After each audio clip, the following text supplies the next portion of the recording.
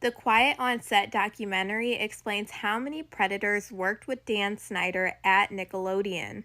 And right here are 4 different people that were charged with SA crimes against children that worked with Dan Snyder at Nickelodeon.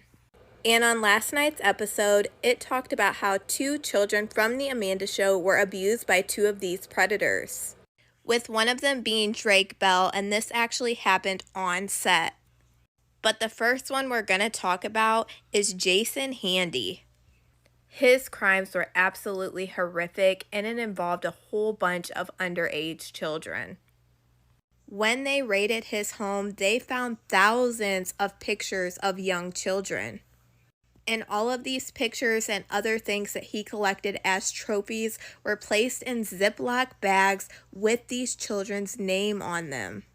He was also caught sending inappropriate videos and photographs to underage girls. And he also had some SA accusations brought against him, but it also said how they found a notebook, and in this notebook he talked about his fantasies with young children. And honestly, this was one of the worst ones that I've ever heard. This man right here did some really sick things. But it shocked me so much because in the documentary, it said a lot of the parents didn't even fight against him. And from the sounds of the documentary, only 2 parents had their kids actually testify against this man, even though he had thousands and thousands of photos in these Ziploc bags of these young children. And only 6 months after his arrest, another person was arrested for SA crimes against children. 6 months later, Brian Peck was arrested for SA against a child on set at Nickelodeon. And at the time, this child wanted to remain a Jane Doe because he was scared that his career was going to be ruined. But we now know that this person is Drake Bell because he's getting ready to speak on tonight's episode. Brian Peck was originally charged with 11 counts of SA acts against a minor.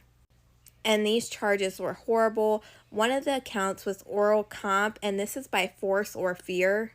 And he also had another charge of using a controlled substance or an anesthesia. He ultimately pled no contest and was found guilty on 2 SA acts against Drake Bell.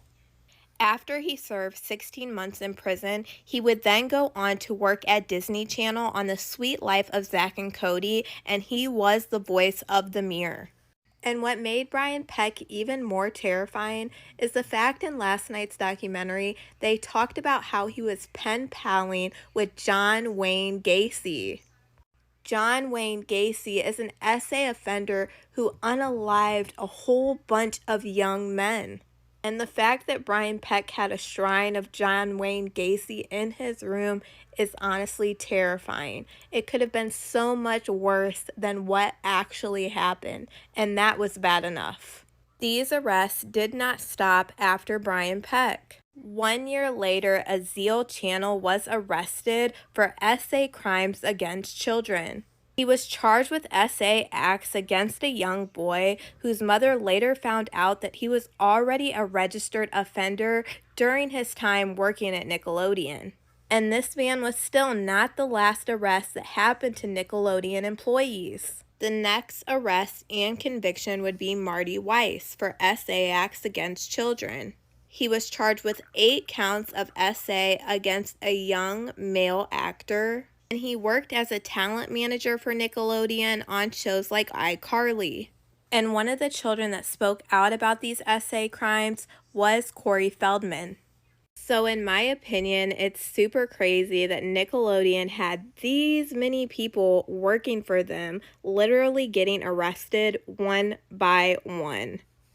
And a lot of you may wonder, what happened to Dan Snyder?